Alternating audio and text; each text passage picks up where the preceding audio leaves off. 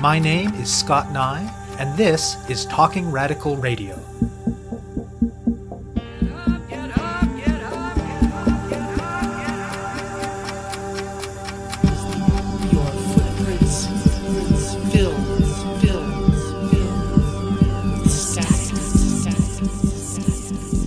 Hello and welcome to Talking Radical Radio, where we bring you grassroots voices from across Canada. We give you the chance to hear many different people who are facing many different struggles, talk about what they're doing, how they're doing it, and why they're doing it, in the belief that such listening is a crucial step in strengthening all of our efforts to change the world.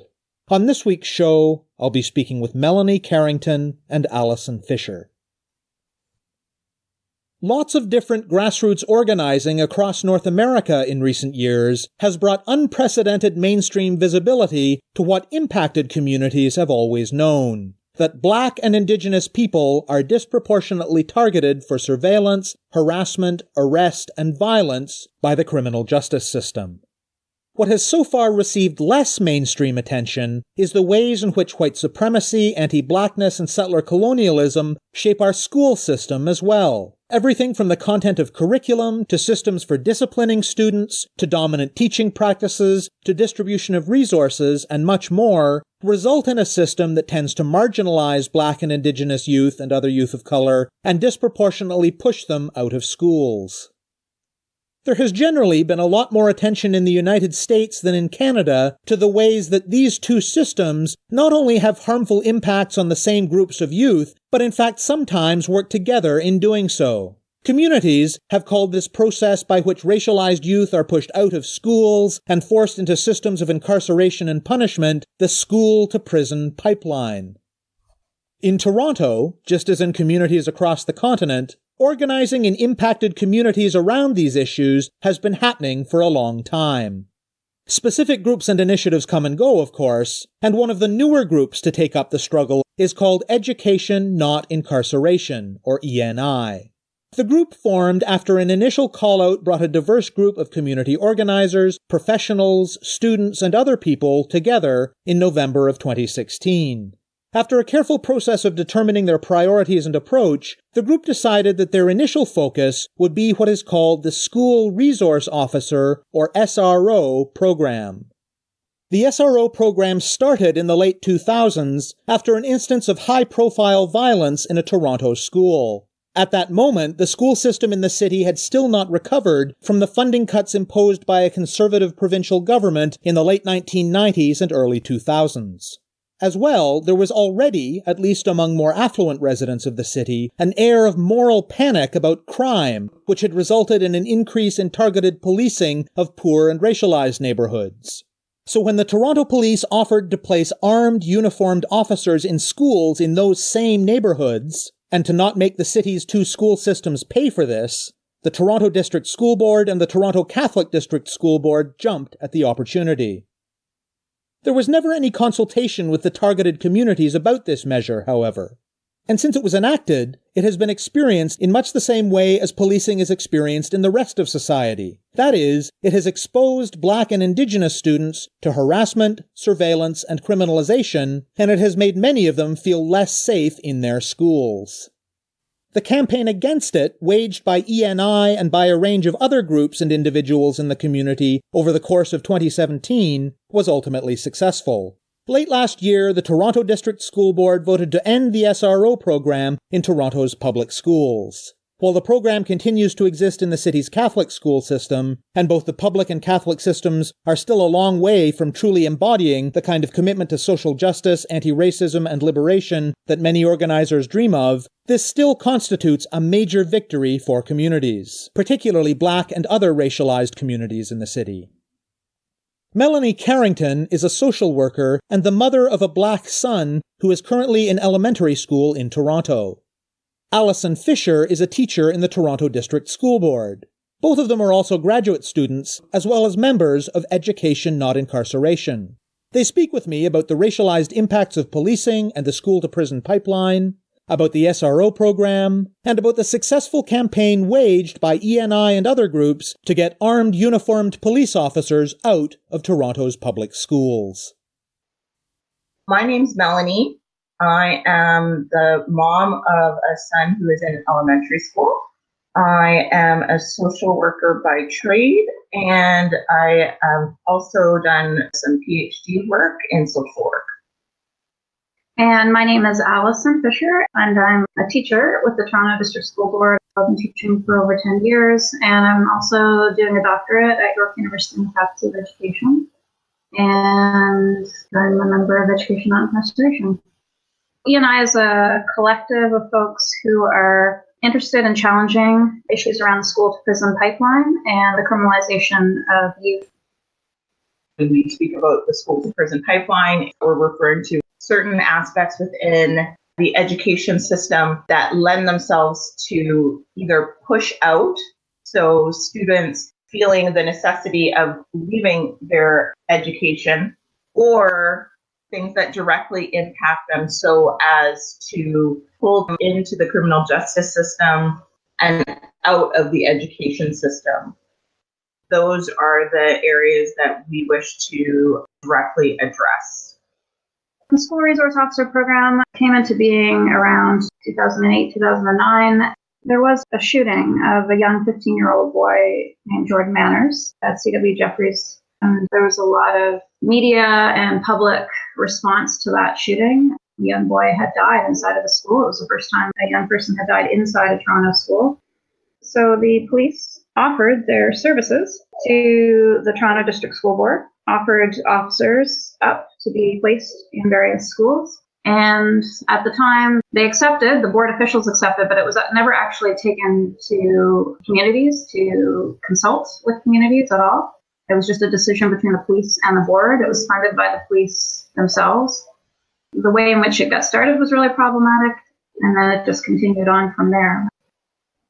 At the time that the SRO program was brought in, it had been a difficult time for the Toronto District School Board financially. The Harris government had changed the funding formula, which impacted certain school boards in particular ways. And Toronto was one of those large urban school boards that was really hit hard by funding cuts. So there was already a context of lack of funding, which meant educators and counselors and professionals working in schools, positions were being cut and so on. So that was the context in the Toronto District School Board at the time of Jordan Manners' death. The other issue that was going on at the time was in 2005, there was a lot of outcry around Jane Freeba's death, and there was the whole year of the gun happening at the same time. So there's a lot of conversation when the police jumped on this kind of moral panic that was very racialized. A lot of white communities had a particular response, and mainstream media had this kind of response, this kind of panic. So TAVIS was created, which was a particular kind of police force. I think it was supposed to be community-based policing, but it was a highly militarized and problematic policing group that was created in 2006 and really exacerbated a lot of the carding issues that were going on already amongst racialized communities. So again, TAVIS was a police force that was put in particular communities that were, again, these kind of quote-unquote priority communities. So there was an over-policing of Black and Indigenous and other racialized groups in these particular communities leading up to Jordan Manners' death. And then this was just another impetus. This event allowed the police to encroach even more in these particular communities by offering school resource officer programs. And earlier you mentioned carding as part of the context for how Black and other racialized youth experience policing. Talk briefly about what carding is. At its most basic, carding is when a police officer comes up to someone and asks them for their information and records that information. The groups that are primarily targeted by carding are people of color, including Black people, and this information ends up being used in nefarious ways. So that's certainly a concern, the fact that police can just come up to you, ask for your information, register your information without any sort of reasoning behind it. How did Education Not Incarceration first come together? There was someone who had done her master's on the School Resource Officer program who was interested in bringing a number of folks together who've been working on these issues for a long time, interested in seeing what we could do together collectively So there was a call out, a number of people responded in November of 2016. And then over time, we did a lot of kind of intentional focusing on how we wanted to work together, what our group would look like. And we started to kind of focus in on the school resource officer program as one element that we'd like to try to challenge directly. So there was a lot of thinking through of our strategy about that, how we wanted to go about doing that. And through a whole series of intentional actions, I guess, we decided to focus on the Toronto Police Services Board meetings and the Toronto District School Board. Kind of gave intentional energy towards those two bodies as the direct bodies that supported the school resource officer program. And who responded to that initial call out? It was pretty varied. There was a number of folks in education, a lot of concerned teachers, social workers, a number of community activists in the Latinx community, folks who've been working on this in the James Finch community and other priority neighborhoods, lawyers, lots of community activists and graduate students that have been working in these areas for a long time. So it was quite a broad swath of folk. As things kind of moved forward, we got some media response in May, a Toronto Star article after the Toronto Police Services Board meeting where a number of us had given some deputations. Then we had a number of other people join. So it's kind of grown from there. So those conversations about figuring out how to work together and coming up with a strategy, what were they like? In any social justice group, when you come together, you're constantly thinking through how to work on a variety of levels. So, of course, there's the political level and how you're going to lobby and campaign and the particular institutions that you're interested in. So, the Toronto Police Services Board is a very different entity, for example, than the Toronto District School Board. Because there were a number of folks employed in the education sector, some of us had some familiarity with how the Toronto District School Board worked and who would be people we would need to contact there. The Toronto Police Services Board, we had to do a little bit of more research on how to move forward in that respect. But just conversations about political movement, but also educational awareness. A lot of people perhaps need more information about the intersections between the criminal justice system and the education system. So we also talked a lot about how we could further educate the public. It also meant how were we going to work with the media. We did some media training at one point to try to get a better sense of how we could use the media in particular ways to help us and to avoid misinformation, to get our message out. So those kinds of conversations were pretty important to make sure that we all felt comfortable moving forward, all on the same page. As a group, we value democratic process and trying to figure out things collectively. So just making sure that we were all politically on the same page, we felt comfortable with how we were going to move forward, and then, how we were going to use media and how we were going to create greater public awareness about the issue as well. So walk me through the sequence of how the campaign unfolded last year. We found out that there was going to be some conversation about the school resource officer program in May at the Toronto Police Services Board meeting. The public can give deputations at these meetings. So we decided to sign up, a number of us, to depute about the school resource officer program and to indicate why this program was hurting young people, was placing them at risk. One of the issues that Gita Madden's research has demonstrated, she's the person who did her master's at Boise on the school resource officer program, was the problematics of having an armed uniformed police officer in particular schools where they're mostly racialized young people. Also, these school resource officers were known to sit on intelligence gathering units within the police force. The access that police would have to information about young people was quite extraordinary, and the possibility of that information from the school being shared with police was really concerning. So there were these kinds of issues that we wanted to address with the Toronto Police Services Board. So a number of us deputed at that board meeting. Because of some of our deputations, a number of members of the Toronto Police Services Board indicated that they were quite concerned with what they were hearing that day, and the board came very close to suspending the SRO program. Mayor John Tory put forward a motion to delay a decision until the June Toronto Police Services Board meeting, and then there was a June meeting. A number of people showed up to that because the issue had gotten a lot of media attention in May. Mayor John Tory was working to ensure that there would be a number of people coming to the June meeting that would support the School Resource Officer Program. There was a number of Catholic students and staff that were bussed in by the Toronto Catholic Board to depute about why certain folks there felt that the School Resource Officer Program was important. And then there was a whole number of community activists who came in opposition to the School Resource Officer Program, many of whom could not even get access to the meeting. It was one of the first times in a while that the Toronto Police Services Board had shut off access, and there's police officers monitoring people come to be a public meeting. And a lot of questions raised about why the Catholic Board was sending its students in the middle of a student exam period and final projects, busing folks into this meeting. It became very clear that there were certain political pressures happening behind the scenes to support this program. What came out of that June meeting with the Toronto Police Services Board was they decided to do a study on the School Resource Officer Program. And so about a week later, the Toronto District School Board had a meeting where a trustee put forward a motion to also do a review of the School Resource Officer Program. So we started to have conversations with the Toronto District School Board about what that review would look like and what should happen there. And so we did some lobbying with the TDSB. In August, the trustees met again where the review issue was going to be on the agenda. So we spoke to a number of trustees about some of the concerns with a review happening in schools where there were presently SROs and what that might look like.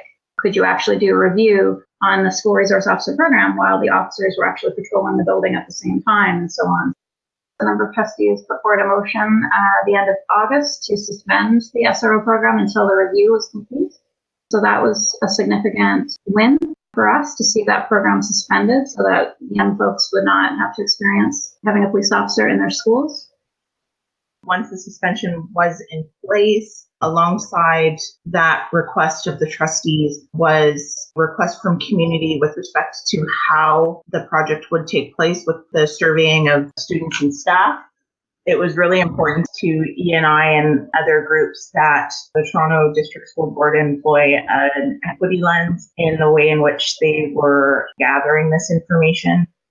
The basic idea behind using an equity lens is centering the voices of marginalized students. A stark example of the differences is clear to us right now by way of the way in which the TDSB did their research and centered the voices of marginalized students, compared to the way in which the Carrington research team used more of a surveying method. Carrington's outcomes were that the majority of students didn't mind having police officers around. So it was really important that the TDSB took this stand and used this frame in order to get this information, because that is the whole concern with the SRO program, that it's having a negative impact on a certain segment of students, while on its other side, running various positive programs with other types of students. So really, it just replicated what marginalized youth were experiencing in their communities.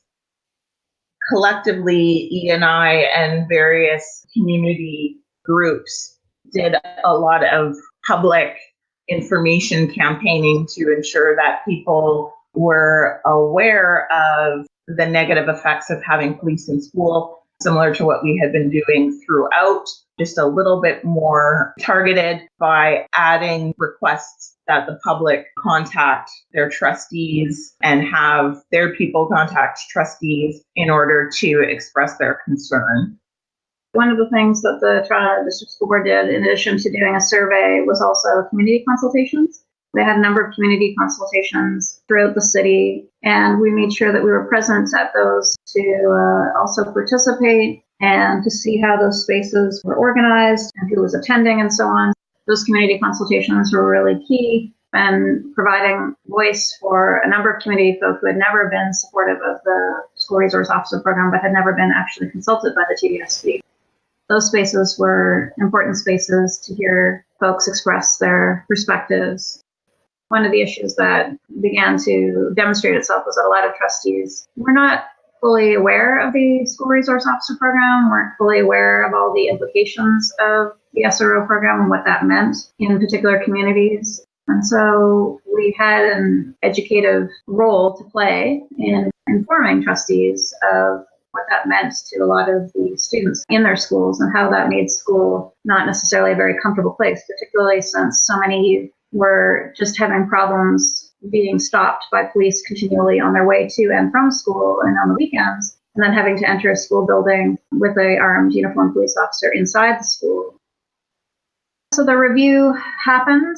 They employed an equity lens, and after surveying 15,000 students, about 4,000 students indicated that they felt watched, surveilled, criminalized, harassed with the SRO program. And because they employed an equity lens, the TDSB determined that this was an unacceptable level of lack of safety that so many kids were experiencing. And the community consultations were primarily voices indicating that they wanted to see the program end. So that made it such that the TDSB staff recommendation to trustees was to abolish the program. And thankfully, the majority of trustees, I believe it was 20 out of 23 or something like that, voted in favor of ending the school resource officer program. It was a really beautiful moment. So one feature of how these debates related to policing have been playing out in North America is a steadfast refusal by a substantial group of people, meaning particularly a substantial group of white people, to understand how police are a source of danger and harassment, particularly for Black and Indigenous people. How did you incorporate challenging that refusal into the work that you did in the campaign? Politically, our group comes from a position that the only way to go about dealing with these types of situations is to believe the voices of racialized people. That's where we start, because that's, we believe, the right way to act on this issue. And a lot of members of our group have done research as well. So in addition to starting with the position that we need to listen to voices of folks who've been most impacted by policing, the amount of research that's been done on these issues also just confirms these populations' experience. So adding that to the conversation, there's been some really interesting conversations around policing and carding in Toronto for a number of years now, partially because of the Toronto Star's Freedom of Information request and some of the information that they've released to the public. But activists within the Black community, within Indigenous communities, have been saying for so long and identifying this as a historical issue in this country. I think just adding to those voices that have historically been fighting on this issue for so many years. Black Lives Matter as well has put this front and center on the radar and done so much work. And building on the research that's been done for so many years on these issues that demonstrates that the criminal justice system holds a disproportionate number of racialized Indigenous folk within its grasp. So in Toronto, I feel like these conversations have been circulating for so long. Conversations are happening in this country that are necessary, that are needed, and that hopefully white populations are having to have some more difficult conversations about. What other kinds of changes, meaning policy changes or whatever, beyond ending the SRO program, need to happen in order to substantially address the school-to-prison pipeline? The school system was historically built to be a settler colonial project to support nation building. So the school system itself has always been structured in such a way to support privilege in many instances, to support class privilege, to support whiteness and what it meant to be quote unquote Canadian in a particular way. So there are so many different problematic elements to how our education system operates. We've got a fairly Eurocentric curriculum still. The school system has always been rather disciplinary in nature. So there's always going to be a limit to policies because the structure of education itself, similar to the criminal justice system, is just operating in such a way that it tends to be exclusionary. So I think it needs to be both a challenge of the education system as it's currently operating, and then if we can make, in the meantime, until we see a different sort of approach to education in this country, we try to fight from within. So we try to find ways to open up and challenge certain policies that are most obviously supporting oppressive relations. So reimagining a school system beyond our current system is important to us. Freedom and learning and community and collective care and all of these great things. but also trying to think about what is the relation between education and the criminal justice system. We have something called a police school board protocol, for example, that lays out the groundwork between how the education system and the criminal justice system through the police operate with one another. That would be one policy, for example, that really demands some attention. In doing this activism work alongside these great folks, I've really come to see how similar the people output in education is to social work, both professions built on helping. And with that comes a wonderful set of blinders to all of the harm that you've actually created. In social work, one of our legacies that is oft forgotten is the 60s scoop, in which Indigenous children were dragged from their homes and replaced in white families throughout North America. So these helping professions and the people who come into them, I worry because I see the blinders that are part and parcel with this work, in that people can say, well, my intention is to help. So if I see a racialized child doing something wrong, it's not about their color. It's about the fact that they're just not doing well. They're not meeting standards. And I really hope for a time when more social workers, more teachers are challenging themselves with respect to the inherent biases that you bring into this work, the systemic discriminations that are built into the systems that you're working for, and how that is intended to put racialized children and youth into a certain segment which is deemed in need of fixing, and how that directly links itself to the school to prison pipeline. I think the last couple of years have made very urgent callouts to white people to gather themselves and the people around them, because I believe that the majority of change with respect to the racism and discrimination that people of color are experiencing in Canada, a lot of the responsibility for change rests in whiteness. So it's continued challenges to oneself in order to recognize how you are aiding in racism and racist acts. You have been listening to my interview with Melanie Carrington and Alison Fisher of the Toronto group Education Not Incarceration. To learn more about their work, search for Education Not Incarceration on Facebook. To find out more about Talking Radical Radio, the guests, the theme music, and the ways that you can listen, or to suggest topics for future shows, go to talkingradical.ca and click on the link for the radio show. On the site, you can sign up for email updates or follow us on Facebook or Twitter. I'm your host, Scott Neigh, a writer and media producer based in Hamilton, Ontario, and the author of 2 books of Canadian history told through the stories of activists, Gender and Sexuality, and Resisting the State, both from Fernwood Publishing. Thank you very much for listening, and I hope you tune in again next week.